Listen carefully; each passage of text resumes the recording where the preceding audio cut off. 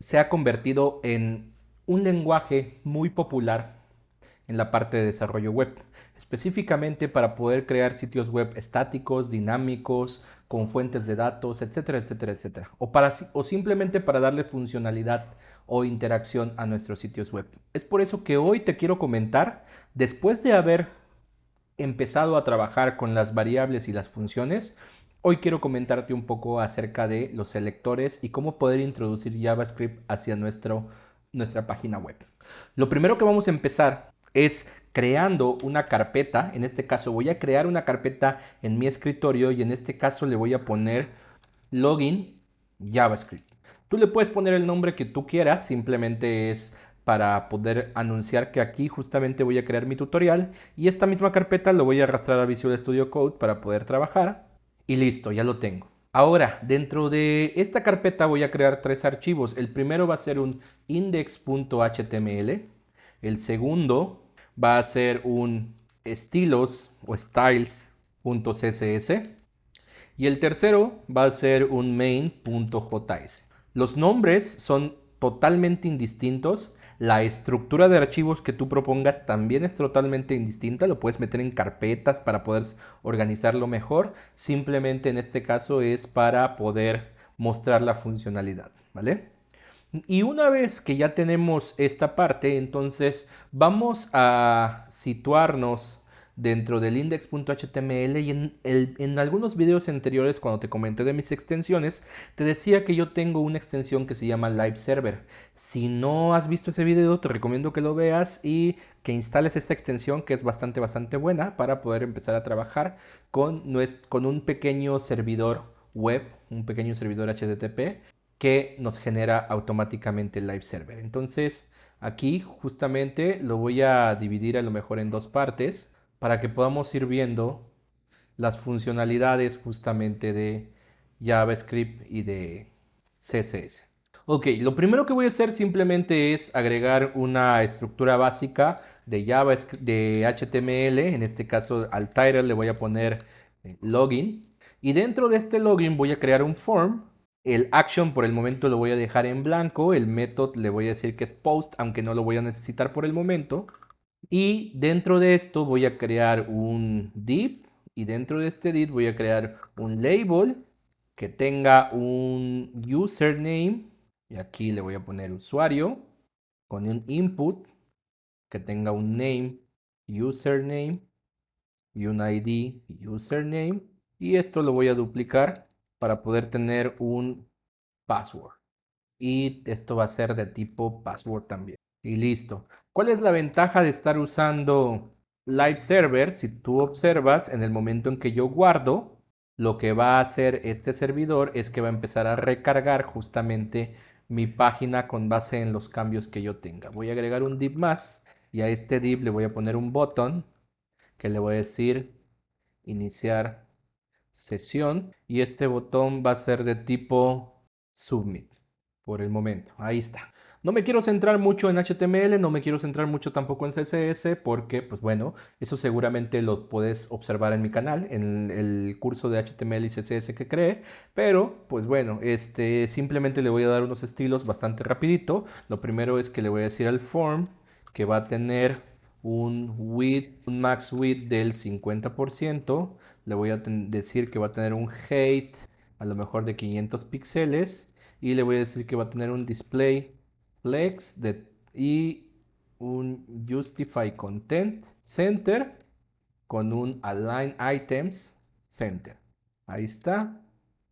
Le vamos a repetir al body lo mismo para el display flex y el align center y todo lo demás.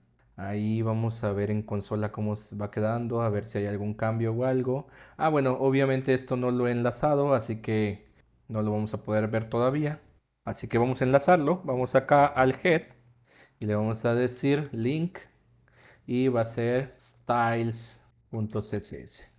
Ahí está, perfecto. Entonces, solamente me queda decirle que el flex direction es de tipo column. Todo esto para que quede al centro, perfecto. Y, y listo. Y le voy a decir que los inputs van a tener un width del 100%, van a tener un height de 35 píxeles, un padding de 10 píxeles, creo que me pasé, un display de tipo block y a lo mejor de 25, ahí queda bien, a lo mejor de 15, ahí queda un poquito mejor, ahí está, y que tengan un margin de 10 píxeles, de 5 píxeles y out. Y por último el botón que tenga un margin top de unos 10 píxeles para que se separe, que tenga un width del 100%, un height de 30 píxeles, un border radius de 4 píxeles, un border none y un background que sea un FF00 CC, no DD, tampoco FFDD00, a ver, ahí más o menos, y un display block. Ese hexadecimal me lo inventé, ¿eh? No crean que me sé los colores. Entonces, bueno, aquí ya está. Aquí perfecto, esto ya funciona. Aquí solamente me falta un cursor de tipo pointer. Y lo último que me hace falta también es que cuando el botón esté en hover, que cambie el background a un 53, 53, 53. Y por último también que aquí tenga un transition de tipo all is y 0.5 segundos. Perfecto, eso es simplemente para dar esa parte de acá. Y aquí un color FFF. Perfecto, ahí está. Ahí está mi formulario, ¿va? Entonces lo importante no es esto, lo importante es que aprendamos un poquito acerca de JavaScript y de CSS. Lo primero que tenemos que hacer o lo primero que tenemos que saber es que para poder ejecutar JavaScript dentro del HTML, lo primero que vamos a hacer es que lo tenemos que linkear, así mismo como linkeamos la etiqueta link para el CSS. Entonces, aquí justamente, justo debajo del form, antes de cerrar el body, yo puedo meter una etiqueta script.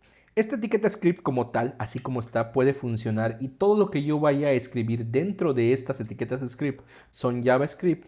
Sin embargo, si yo lo quiero poner en un documento externo, entonces puedo hacer uso del source, del atributo source y en este caso decirle que quiero que sea main.js. Si pongo aquí justamente en esta parte, entonces puedo ponerle a lo mejor un alert que diga bienvenido a mi canal.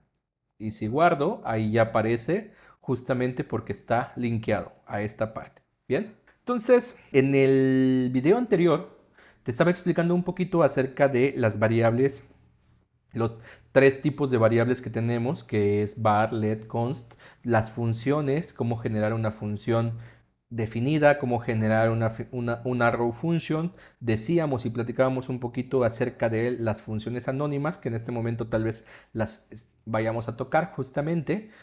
Y bueno, pues ahí ya podemos empezar a trabajar con esto. Bien. Lo primero que tenemos que hacer o lo primero que debemos de conocer de JavaScript justamente son algo que se denominan selectores. ¿Qué es un selector? Básicamente un selector es cómo hacer referencia a cada elemento que tenemos dentro del JavaScript. Si observas, este label es un elemento, este input es un elemento y lo mismo para todos los demás. Este botón es un elemento, etcétera, etcétera, etcétera. Para eso tenemos varios tipos de selectores. Tenemos selectores, por ejemplo, por etiqueta, es decir, yo puedo acceder a una propiedad label específicamente o a un selector label o a un selector input o a un selector button o button, ¿sale? Pero también tenemos selectores por clases. Imagínate que tengo una clase que esta se llama clase etiqueta. Pues bueno, puedo poner un punto etiqueta como clase. O imagínate que a cada uno de ellos le puse un ID. ID nombre, ID usuario, ID contraseña. Que es el caso que tenemos aquí. Si tú observas, tanto el input de username como el input de password tienen un ID. Entonces, para que yo pueda hacer uso de ese selector o para que yo pueda hacer uso de ese elemento, lo primero que necesito es pedirlo. ¿Y cómo lo voy a pedir? Lo voy a pedir mediante una instrucción que se llama document punto, y document tiene varios métodos. Dentro de él, uno de los más comunes o de los más ocupados se denomina query selector. Existe uno que se denomina Query Selector All, que más adelante lo vamos a ver. Eso normalmente se utilizan para clases o para varias cosas, pero en este momento simplemente quiero mencionar a uno que en este caso va a ser el usuario. Entonces, dentro de Query Selector, dentro de los paréntesis, yo le tengo que pasar el ID de este campo, que en este caso, si recuerdas en el index, este campo se llama username. Por lo tanto, aquí entre comillas le puedo decir hashtag porque es un ID o numeral porque es un ID y le pongo username. Y aquí puedo poner varias cosas, por ejemplo, .value y le puedo decir que el value va a ser igual a adepmx. Si guardo, observa que ¿qué es lo que le estoy haciendo? Estoy asignando esta cadena de texto a este selector o a este elemento que en su propiedad value, que si observas es justamente el input que tenemos acá. Bien, entonces, ¿qué es lo que normalmente hacemos? Pues esto normalmente lo que hacemos es que no lo ponemos así, porque muchas veces interactuamos con cada uno de los elementos del DOM o del documento. Entonces lo que hacemos es que cada uno de estos siempre los ponemos o los asignamos a constantes o a variables, que en este caso sería eliminar esto y ponerle const username va a ser igual a esto. Bien, y ahora sí, si observas en la parte de abajo, ahora sí sería algo como username.value va a ser igual otra vez a adepmx y pasa exactamente lo mismo. Pero ¿qué es lo que está sucediendo en este caso? Que si observas, este username ya trae todo este elemento, de manera que yo en cualquier momento puedo hacer uso de este elemento para agregarle otras cosas, ¿no? O para poder trabajar con otras cosas. El JavaScript moderno, algo de las cosas importantes es que muchas veces en teoría no tenemos que trabajar con estos selectores, sino que automáticamente un ID va asociado a un selector, que en este caso sería el nombre del selector como tal, o de la variable en este caso. En teoría, si yo elimino esto y guardo, sigue asignándose. ¿Ya viste? Por ejemplo, hola, observa que ahí tiene hola. ¿Por qué no tengo que hacer uso del selector? Porque automáticamente este username lo va a vincular a este ID. Sin embargo, la buena práctica pues básicamente es que tengamos los selectores en este caso. Bien, entonces ya puedes observar que asimismo como tenemos el username, pues podemos tener por ejemplo el password. ¿Sale? Y aquí ya tenemos el password. ¿Y qué otra cosa más necesitamos? Pues necesitamos tal vez el botón. Entonces le voy a poner un ID y en este caso le voy a poner btn submit. Y de igual manera lo voy a agregar a una constante que en este caso va a ser btn. btn y aquí sería solamente submit. Ahora, observa algo importante. Si nosotros le damos clic al botón que tenemos acá, observa cómo en la barra de navegación va a intentar justamente hacer el refresco o va a intentar mandarme a la página que yo tengo definida como action, que en este caso es el numeral. Por eso si observas aquí se agrega el numeral. Entonces, una de las cosas más sencillas o una de las cosas más comunes que normalmente hacemos para poder trabajar con JavaScript es que la acción que tiene predefinida o que tiene por default algún objeto la podemos prevenir o la podemos trabajar, la podemos acortar su ejecución, por así decirlo. Bien, entonces para explicarme un poquito más, lo que voy a hacer es que le voy a poner a este btn un evento que se llama addEventListener. Este addEventListener va a requerir o va a necesitar, es una función o es un método que va a necesitar dos parámetros. El primer parámetro es cuál es el evento. Entonces, ¿qué es lo que le estoy diciendo? Lo que le quiero decir aquí es que cuando yo le dé clic, ¿cómo le hago? Pues poniéndole clic justamente aquí. Entonces, aquí le estoy diciendo, cuando yo le dé clic a este botón, al botón submit, quiero que hagas algo. ¿Qué vas a hacer? Una función.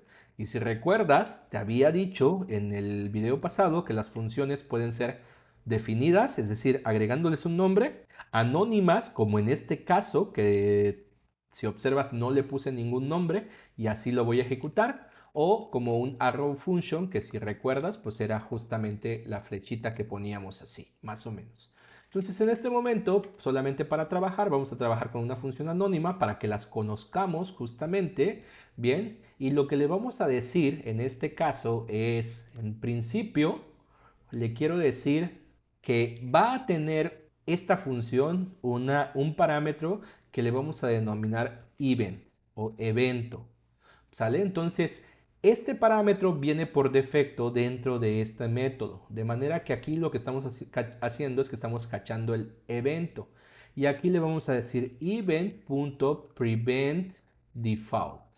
¿Para qué prevent default? Para prevenir que el botón haga su acción por defecto. Es decir, que para que el botón prevenga, si observas aquí ya parece que no está haciendo nada, pero en realidad es este código que estamos trabajando. Le dije, ya no hagas este redireccionamiento al action, ya no lo agregues. Entonces aquí ya puedes observar que esto está funcionando correctamente. Bien, si queremos verlo todavía más fácil o si lo queremos ver todavía para poderlo gestionar o para poder verificar, podemos poner acá un console log que diga pulsaste el botón. Entonces observa que parece que no está haciendo nada, pero observa aquí cómo ya el contador está subiendo cada vez que le doy clic a pulsaste el botón. De manera que esto ya está funcionando, ¿no?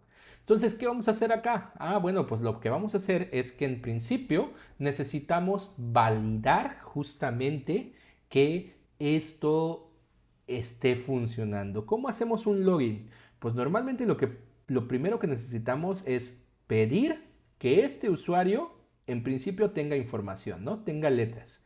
Y que esta contraseña también tenga letras. Entonces le puedo decir en este caso algo como, le voy a poner if username.value es igual a vacío.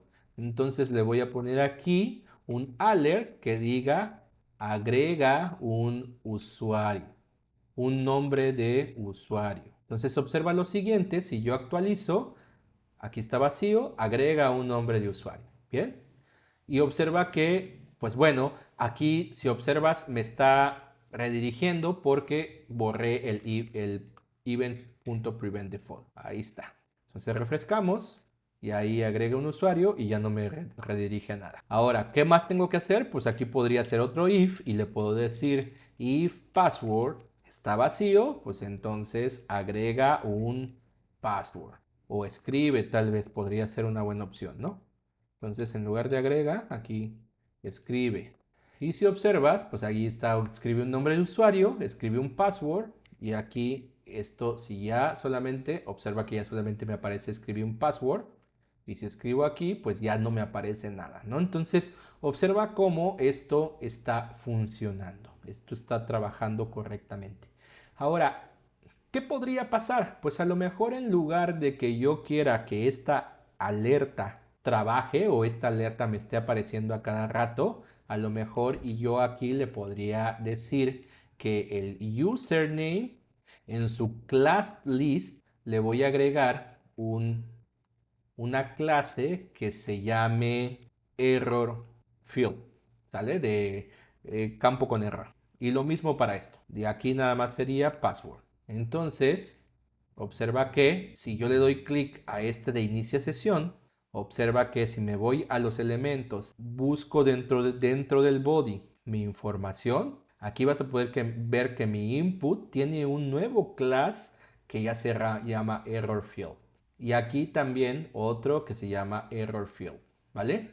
Entonces, ¿qué podría hacer? Pues bueno, podría agregar esta clase y la puedo mandar hacia mi styles.css y decirle .errorField va a tener un border de un píxel sólido y rojo, ¿sale? Y aquí a lo mejor en este input le voy a poner un border de un píxel sólido y gris. Entonces observa que de nueva cuenta si actualizamos aquí está. Sin embargo en el momento aquí no tenemos ninguna clase que tenga porque está iniciando. Sin embargo si le doy clic aquí pues entonces observa que automáticamente todos los campos que estén vacíos se les agrega justamente este colorcito, ¿no? Entonces, ¿qué otra cosa puedo hacer? Ah, bueno, pues observa que si recuerdas, puedo hacer o puedo agregarles eventos a estos campos que tengo aquí. ¿Cómo le agrego eventos? Pues de igual manera le puedo decir username.addEvent listener y le voy a decir que ahora el evento va a ser el evento keyUp. ¿Qué es el evento keyUp? Significa cuando yo escriba, ¿no? Entonces, ¿qué voy a hacer? Le voy a agregar una función. ¿Y qué tengo que revisar? Pues a lo mejor y lo que aquí tengo que revisar es simplemente si estoy escribiendo dentro de esto, pues en teoría esta clase ya se debería de quitar. Por lo tanto, aquí le puedo decir algo como username.classList.remove, que es la clase, es el método contrario. Aquí le agrego, aquí lo remuevo de error field y listo. Entonces vamos a volver a validar. Si yo le doy clic acá y empiezo a escribir, observa que ahí ya se quitó y ya se quitó la clase. Si yo le doy clic acá, observa que a pesar de que yo estoy escribiendo, la clase no se quita. ¿Por qué? Porque el evento que hice es única y exclusivamente para el username. ¿Qué tendría que hacer? Pues lo que tendría que hacer básicamente es duplicar esto y empezar a trabajar ahora con el password. Si hacemos otra vez la validación, ahí escribo y listo. Las clases se están quitando. Ya empezamos con nuestra primera validación. Todavía no es funcional esto, pero lo importante de aquí es que podamos entender que tenemos selectores. Los primeros selectores que hemos visto justamente es por IDs. Te comentaba, no es la única forma. Podemos agregarlo, por ejemplo, por clases, ¿sale? Pero, pues bueno, aquí ya empezamos a trabajar por los primeros selectores. Ya creamos nuestros primeros selectores por IDs, ya sabemos qué es un evento y ya sabemos cómo agregarle a un elemento del DOM un evento, que en este caso los que usamos fue el click y fue el keyUp. Poco a poco, como vayamos avanzando en este curso, te voy a ir mostrando cómo poder optimizar estos códigos. No te me desesperes, por el momento simplemente hay que empezar a trabajar con esto, hay que empezar a entender cómo funciona cada una de estas lógicas y empezar a revisar para qué nos sirve cada línea de código que estamos ocupando. Si te ha gustado mi contenido, te pido que te suscribas, que actives la campanita, que me dejes un comentario, qué te parece este contenido. Si tienes alguna sugerencia o algo que se pueda adicionar, adelante, con gusto podemos revisarlo. Y nos vemos en la próxima. Que tengas un excelente día. Hasta luego.